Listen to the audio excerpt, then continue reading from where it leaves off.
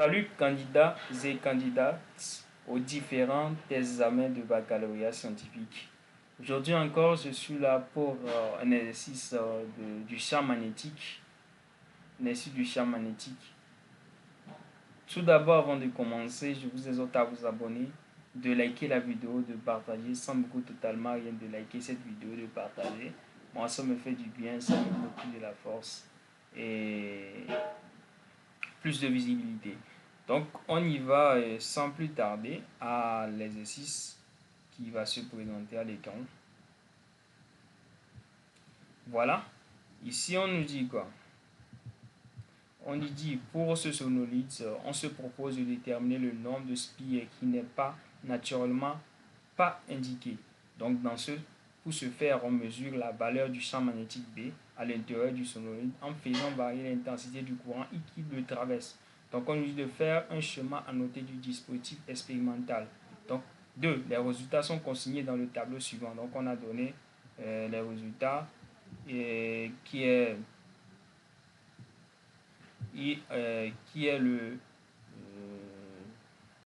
ça qui est en ampères, c'est la colonne des ampères, le champ magnétique B en millitesla, donc c'est ça ici. Donc on y va. De 1, tracer la courbe B en fonction de I. Échelle, ils ont donné l'échelle. 2,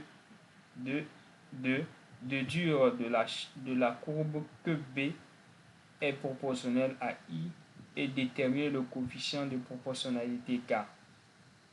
2, 3.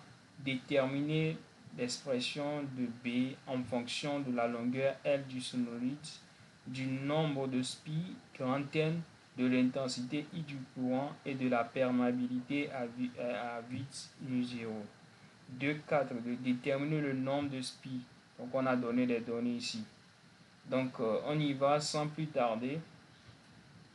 On dit de faire le schéma annoté du dispositif expérimental. Donc ça, c'est important à connaître. C'est important de connaître ce schéma-là. C'est important. Donc il faut bien maîtriser ce schéma-là. Donc on y va au numéro suivant. Traçons la courbe B en fonction de I et on donne le champ. Lorsqu'on dit en fonction de I, le I est sur l'axe des abscisses et le B sur l'axe des ordonnées.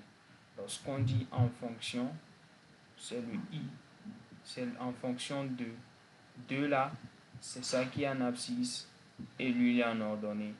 Donc vous allez bien placer ça, donc vous allez trouver que c'est une droite, vous allez voir. Voici où vous êtes. Donc on y va avec la question suivante. Déduisons de la courbe que B est proportionnel à I. D'après le graphe, on voit que B est proportionnel à I, d'après le graphe. Donc, ce qui veut dire que B égale à K, qui est une constante, fois l'intensité. Donc, c'est ce que ça donne. Déterminons le coefficient de proportionnalité. D'après B égale à KI, on a K égale à quoi? Égale à delta B sur IB. Donc, ce qui veut dire que delta B égale à quoi? B2 moins B1 sur BI1, U2 moins I3. Donc, ce qu'il faut voir, vous allez voir sur votre courbe, il faut bien voir, lorsque vous allez tracer la courbe, vous allez voir que les points qui passent sur la courbe, c'est ça qu'il faut prendre parce qu'il y a des points qui ne passent pas normalement sur la courbe, ils sont à quelque part. Mais il faut prendre les points.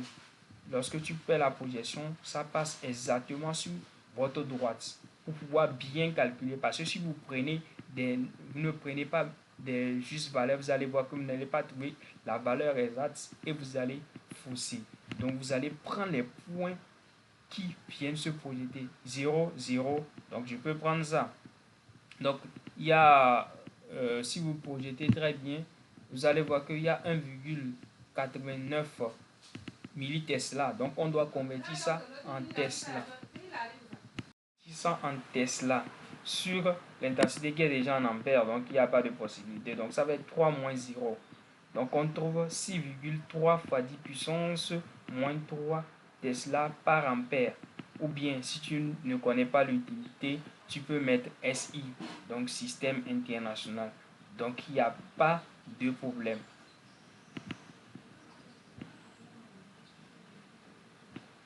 On y va avec la question suivante.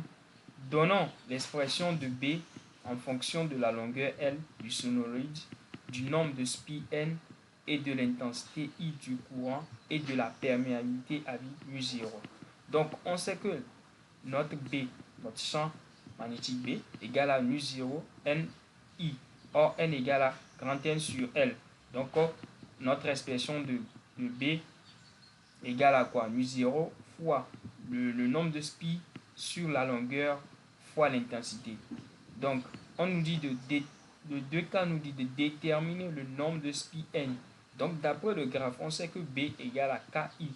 Et l'expression B égale à mu0 N sur N L fois I. Donc, on va juste déposer leur égalité égale. Donc, on va poser KI égale à mu0 pour trouver notre nombre de spi. Donc, très facilement, K fois L sur mu0 qui nous donne 200,535 spi arrondi à 211 pi.